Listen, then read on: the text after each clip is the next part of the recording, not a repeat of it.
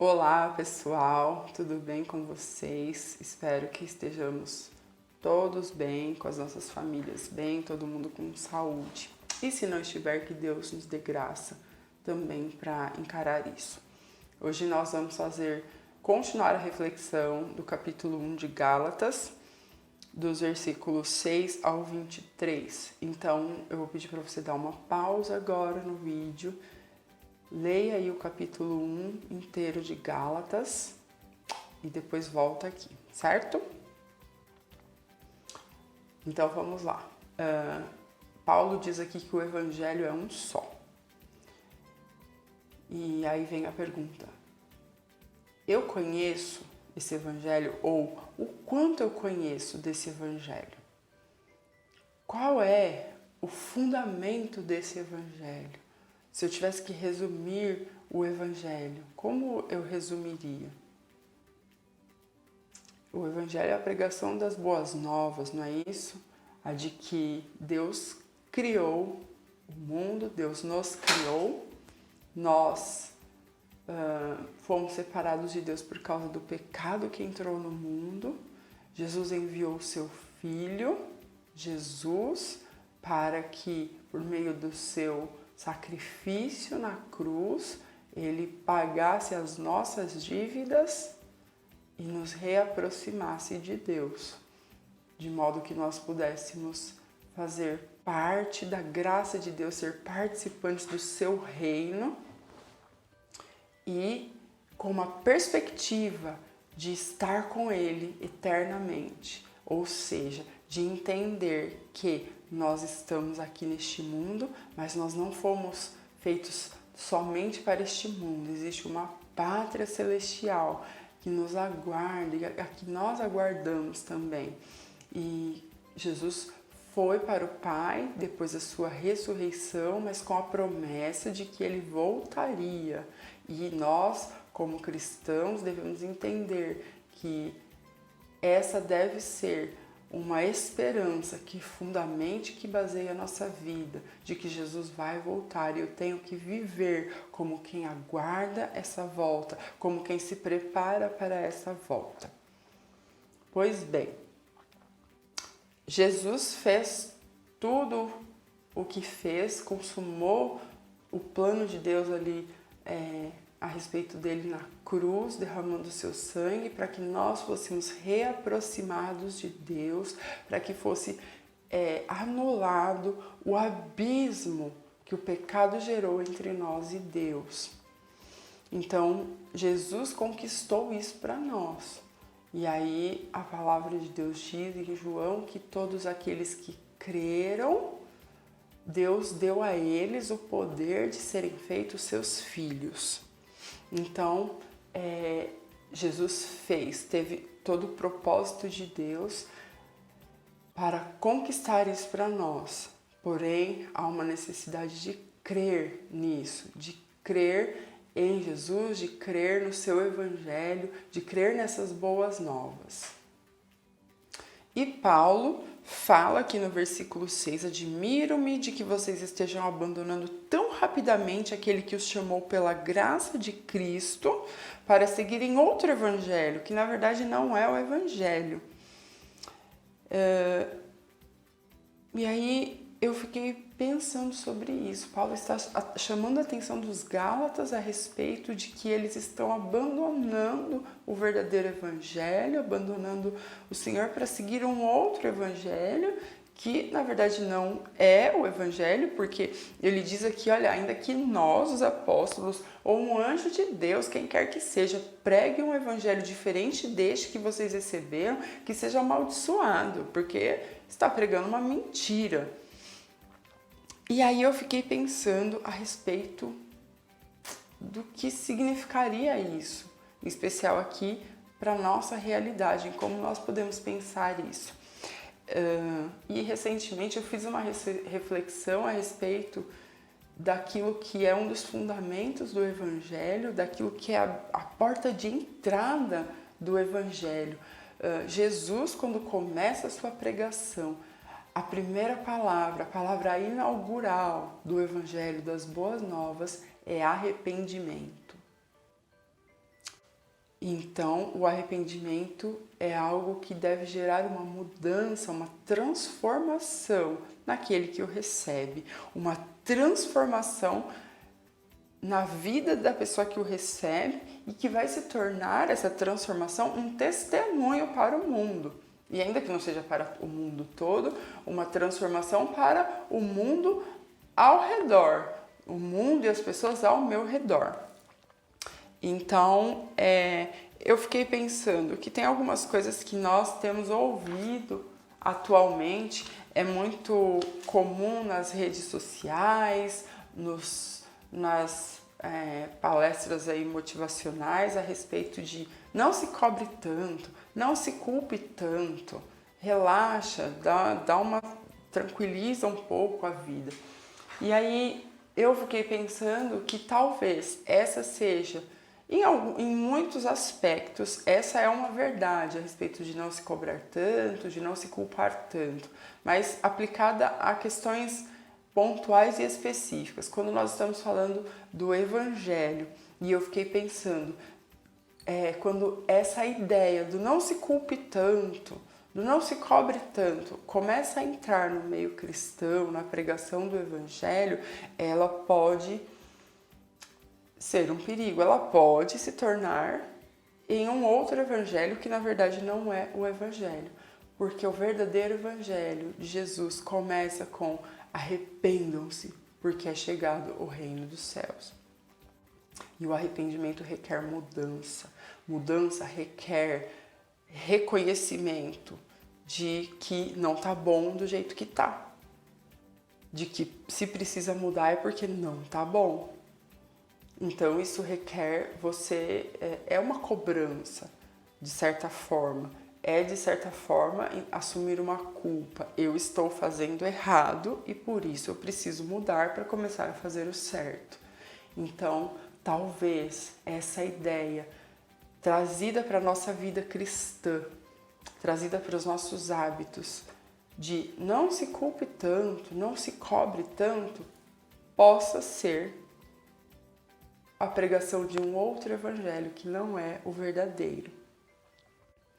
E uma outra questão é que talvez a gente tenha essa visão, e ainda que a gente não perceba, de estar na igreja a vida inteira, de realizar boas obras, de estar envolvido com a religião, com cumprir os mandamentos, com obedecer os mandamentos, com ter bons costumes, ser uma boa pessoa. Até mesmo se nós estamos nessa realidade, nós precisamos do Evangelho, nós precisamos de arrependimento, nós precisamos de transformação. Então, quando nós vemos Paulo, ele fala no versículo, a partir do versículo 13, vocês ouviram qual foi o meu procedimento no judaísmo, como perseguia com violência a igreja de Deus, procurando destruí-la. No judaísmo, eu superava a maioria dos judeus da minha idade e era extremamente zeloso das tradições dos meus antepassados. Paulo era um cara que levava a religião muito a sério, era um cara que sobressaía aqueles que estavam ali na mesma faixa que ele. Ele era um cara extremamente cuidadoso da religião, levava o negócio a sério, cumpria à risca ali o que a sua religião propunha. Mas Deus me separou desde o ventre materno e me chamou por sua graça. Nós todos, mesmo que super zelosos da religião, super zelosos dos costumes, super envolvidos no trabalho da igreja, precisamos do Evangelho, precisamos seguir o Evangelho, que se inicia com o arrependimento, que é algo que nós não podemos abandonar em nenhum momento da nossa caminhada cristã. O Evangelho verdadeiro opera transformação em nós por meio do arrependimento. Ele opera uma mudança na minha mente, porque eu começo a entender, à medida que eu recebo o Evangelho, que eu estou errado, que tem coisa errada na minha vida. Isso muda o meu sentimento, porque antes eu estava confortável e sabendo que eu estou errado, eu começo a ficar incomodado, entristecido, e o Evangelho tem que produzir essa tristeza, a tristeza segundo Deus, uma tristeza que é para o bem, que gera esse incômodo, eu tenho que sentir essa culpa. Então essa coisa do não se culpe tanto, não se cobre tanto, talvez, entendendo o evangelho dessa forma, nós precisamos ficar bem cuidadosos disso, porque talvez seja o caso da gente assumir a culpa, sim, de se cobrar, sim, ser cobrados pela palavra de Deus. E aí, então, gerou uma mudança na minha mente, mexeu com os meus sentimentos, me incomodou, me deixou mal, mas gera também uma mudança na minha vontade, nas minhas decisões. Então, eu sei que eu estou errado, eu sinto que está errado, a modo como eu estou vivendo, as atitudes que eu estou tendo, os comportamentos que eu tenho. E isso gera uma mudança na minha vontade. Eu decido que eu não quero mais isso e que eu vou virar as costas para isso e começar a seguir em outra direção. E isso é essencial. A pregação do evangelho tem que trazer essa transformação. E se isso não está sendo produzido na minha vida, se isso não está acontecendo na minha, na sua vida, então talvez nós estejamos seguindo um evangelho que não é o evangelho verdadeiro. Paulo foi transformado, e aí no versículo 23 do capítulo 1, terminando aqui o nosso capítulo, ele conta que apenas ouviam dizer, os irmãos, né, das outras, da igreja, os irmãos que já estavam seguindo a Jesus, eles apenas ouviam dizer, aquele que antes nos perseguia, que é Paulo, agora está anunciando a fé que outrora procurava destruir. Então, Paulo mostra aqui no capítulo 1 de Gálatas a necessidade de um evangelho que me transforma, ainda que eu seja uma pessoa envolvida com a religião, envolvida com a igreja. Se essa vida não foi transformada e de um modo que dá testemunho para os outros, dá testemunho, dá mostras para os outros de que houve uma transformação. Esse é o verdadeiro evangelho. Então, é você estar num caminho e quando o evangelho entra, você se vira e você vira as costas para esse caminho e começa a andar em outra direção. Paulo era aquele que perseguia os irmãos. E agora, eles dizem, está anunciando a fé que antes ele estava tentando destruir. Então veja, Paulo estava tentando destruir a fé daqueles irmãos que seguiam a Jesus. E quando o evangelho entrou na vida dele, quando a graça de Deus se manifestou na vida dele, ele começou a anunciar, a pregar aquela fé que ele estava tentando destruir. O evangelho propõe uma mudança de rumo. Então, se nós estamos vivendo uma vida que não está remexendo tudo em nós, que não está apontando os nossos erros, que não está trazendo esse peso, essa tristeza segundo Deus, uma tristeza que vai produzir alegria lá na frente, tem bons frutos lá na frente. Talvez nós estejamos como os Gálatas, abandonando aquele que nos chamou pela graça de Cristo para seguir um outro evangelho. Que, como Paulo garante, não é outro evangelho. E não interessa quem queira pregar alguma coisa diferente dessa que nós estamos recebendo, que essa pessoa seja amaldiçoada porque ela está mentindo. Então eu gostaria de propor para os irmãos que façam essa reflexão.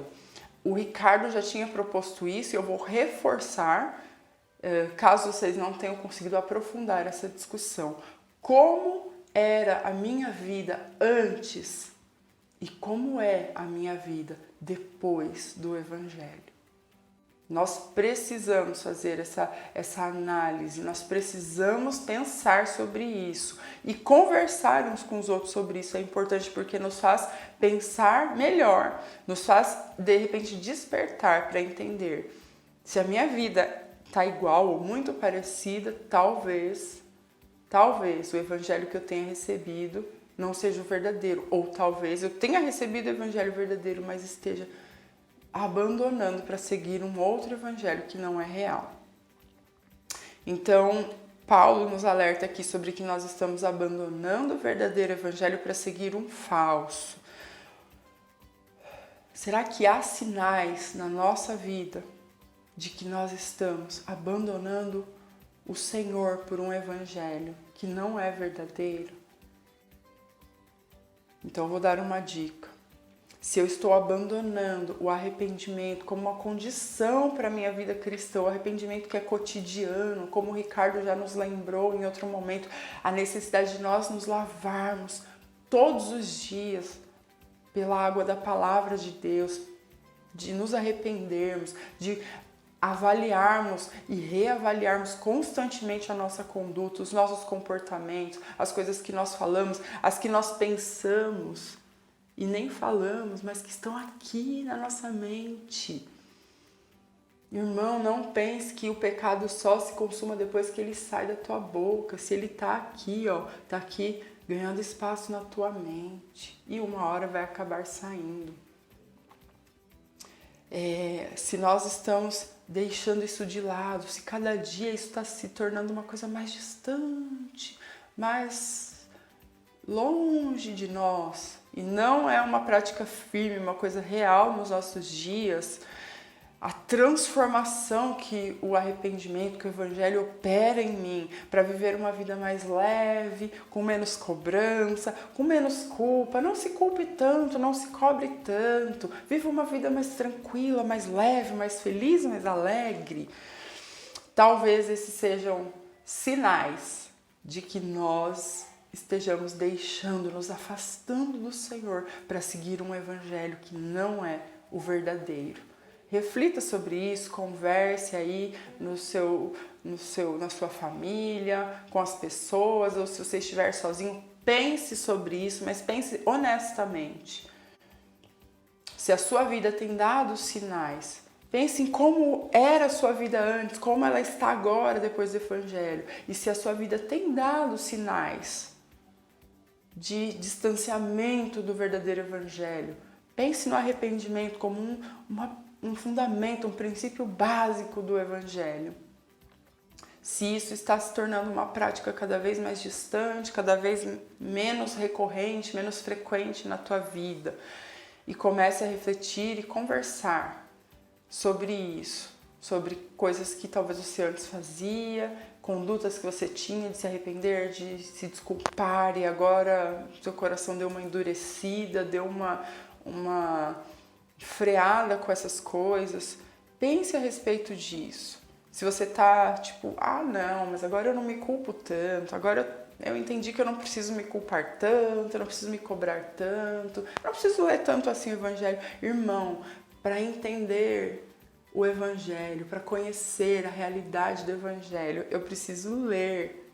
Leia a palavra de Deus, leia os Evangelhos, conheça os fundamentos postos por Jesus ali, tudo aquilo que Jesus falou. Jesus falou de muitas outras coisas. O arrependimento é só o início, é a porta de entrada desse Evangelho. Você precisa conhecer, porque pode ser que você esteja vivendo uma vida tranquila, leve, sem peso. Não, eu nem me sinto culpado. Então, presta atenção. Veja se não está faltando alguma coisa aí. Eu preciso conhecer melhor esse Evangelho, preciso me aprofundar nisso. E caso eu já conheça, eu sei, talvez tenha coisas que já estão aqui mexendo com a minha mente, já estão me incomodando, eu já estou com aquele sentimento ruim, eu só não tive a decisão de mudar, a decisão de ir adiante. Não, eu vou romper com isso, eu vou parar com isso. Claro, não é na tua força. Senhor, eu decido que eu não quero mais pecar, eu quero virar as costas para o pecado. Eu estou fazendo o que eu não devo aqui, Senhor. Eu estou pisando na bola aqui, Senhor, e eu quero virar as costas. Me ajuda. Talvez confessar isso aí na tua família, pedir perdão, seja um bom modo de começar a deixar esse arrependimento vir e transformar você, para que isso se torne um testemunho, assim como aconteceu com Paulo. Aquele que antes nos perseguia, agora está anunciando a fé que antes procurava destruir. É mudança radical, dolorosa, difícil, mas extremamente necessária para que a gente entenda e viva uma vida plena e que vai nos satisfazer de verdade, vai nos trazer felicidade de verdade. Pense, reflita, ore, converse. Fique com Deus e até a próxima.